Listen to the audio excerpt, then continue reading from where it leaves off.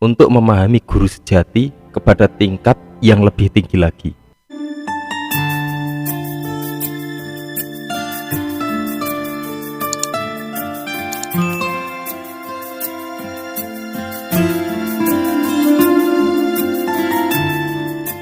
Assalamualaikum warahmatullahi wabarakatuh. Bismillahirrahmanirrahim. Allah Subhanahu wa ta'ala menciptakan hidup di dunia ini adalah untuk kembali kepada fitrah masing-masing. Allah juga menciptakan dua alam, yakni alam lahiriah dan dimensi batin, dan begitu juga dengan diri kita.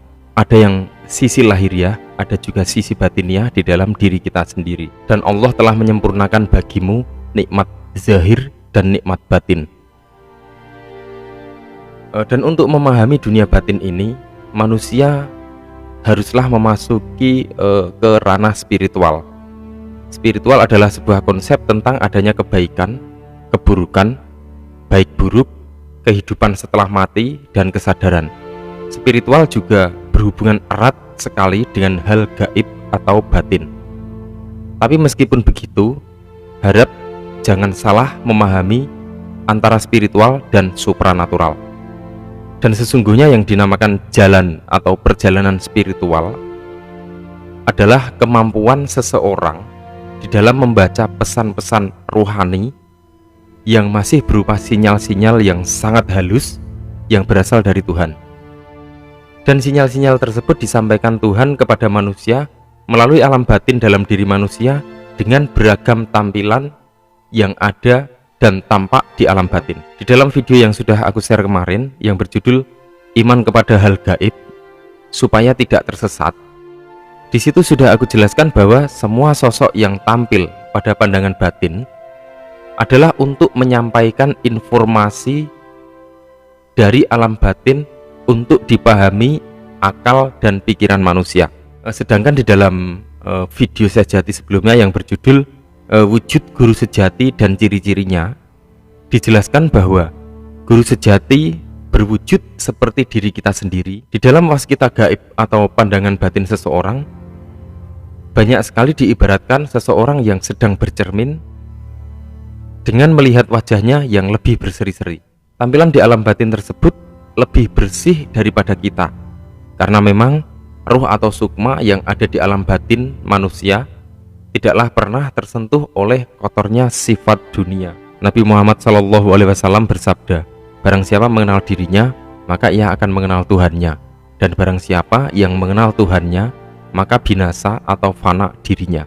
Penggambaran dalam hadis tersebut salah satunya adalah bertemunya pribadi kita ini dengan kesadaran ruhani manusia yang seperti digambarkan di dalam salah satu wujud bertemu dengan diri sendiri.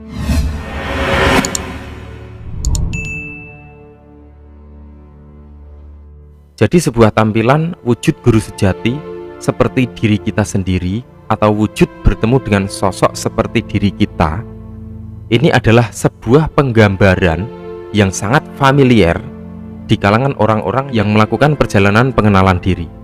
Dan dari pengalaman batin seperti inilah, kita yang masih awam juga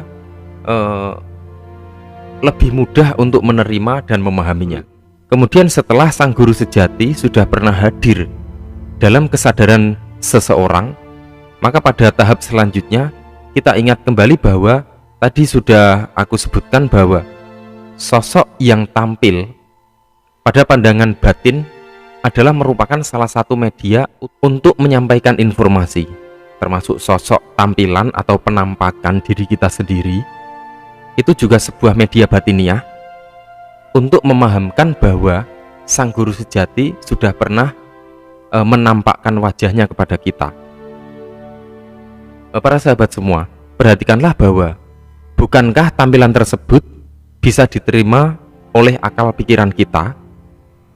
Artinya sosok yang tampil tersebut ada dan bisa terbaca oleh pandangan pikiran manusia juga. Jadi apa yang kita pikirkan akan tampil menjadi sebuah wujud nyata di alam batin atau alam pikiran kita. Jika tampilan tersebut tidak sesuai dengan apa yang mampu dicerna oleh pikiran, mungkin tidak ada respon dalam pikiran kita, untuk mencerna wujud yang tampil tersebut, atau bahkan karena pikiran tidak ada respon, hanya ada kekosongan dan suwung dan tidak terbaca apa-apa. Ada sebuah hadis dari Rasulullah SAW dari Abu Hurairah radhiyallahu an. Ia berkata bahwa Nabi Muhammad SAW bersabda, Allah Subhanahu wa taala berfirman, "Aku sesuai dengan prasangka hambaku." Hadis riwayat Bukhari nomor 6970 dan Muslim nomor 2675. Pada kenyataannya, kita manusia yang terlahir normal, sempurna, bisa melihat rupa diri kita ini. Lalu bagaimanakah dengan seorang tunanetra? Seseorang yang tidak pernah bisa melihat seumur hidupnya, tidak pernah ada cahaya di matanya, sehingga tidak pernah mampu melihat apa-apa, termasuk dirinya sendiri di dalam bercermin. Maka kemungkinan besar mereka juga tidak pernah bisa melihat tampilan dirinya sendiri di alam batin mereka. Mungkin hanya sebuah rasa atau kemampuan merasakan sinyal yang halus, atau mendengarkan bisikan-bisikan suara yang sangat halus, atau bahkan hanya sentuhan-sentuhan rasa saja sebagai penggambaran batiniah mereka. Ini adalah salah satu wujud kasih sayang Allah terhadap semua makhluk yang beriman dan yakin kepadanya, termasuk seseorang yang kurang sempurna tapi memiliki kesadaran yang tinggi dan sifat menerima untuk selalu mendekat kepada Allah Subhanahu wa taala.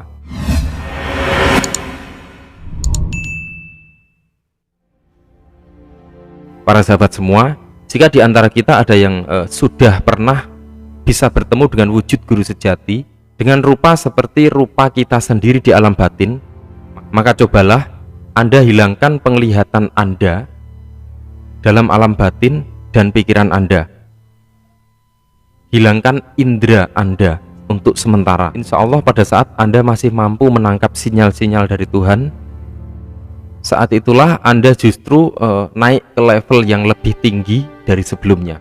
Maka saya rasa kita tidak harus menunggu untuk selalu bertemu dengan sosok atau tampilan untuk berkomunikasi dengan sang guru sejati, karena sosok itu adalah media pengantar pesan kepada kita.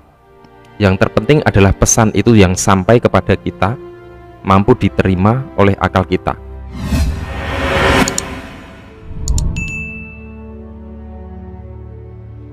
Dengan kemampuan membaca sebuah pesan dari sinyal-sinyal yang bersumber dari kedalaman batin dan kesadaran, tanpa melihat penampakan atau tampilan sang guru sejati atau wujud sang guru sejati, saya rasa itu adalah wujud penyatuan yang sangat nyata antara manusia dengan kesadaran sang guru sejati.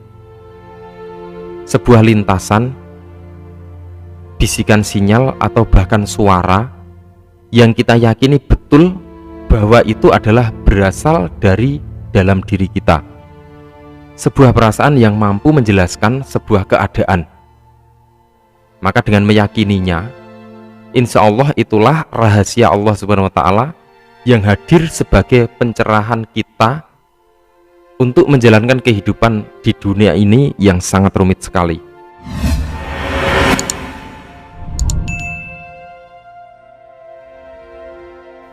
Ada beberapa hadis yang sangat menarik sekali. Yang pertama adalah rahasia kalian adalah rahasiaku. Yang kedua, bacalah kitab yang kekal yang ada di dalam diri kalian. Kemudian yang ketiga adalah Allah itu batinnya manusia. Manusia adalah zahirnya kenyataan Allah. Para sahabat semua, semoga kita mampu memahami apa yang sudah tersampaikan.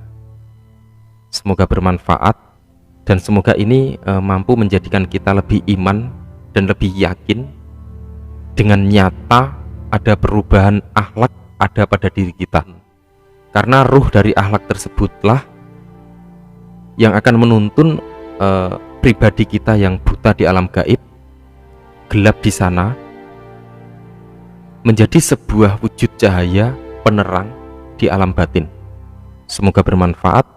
Wallahu a'lam bishawab. Wassalamualaikum warahmatullahi wabarakatuh.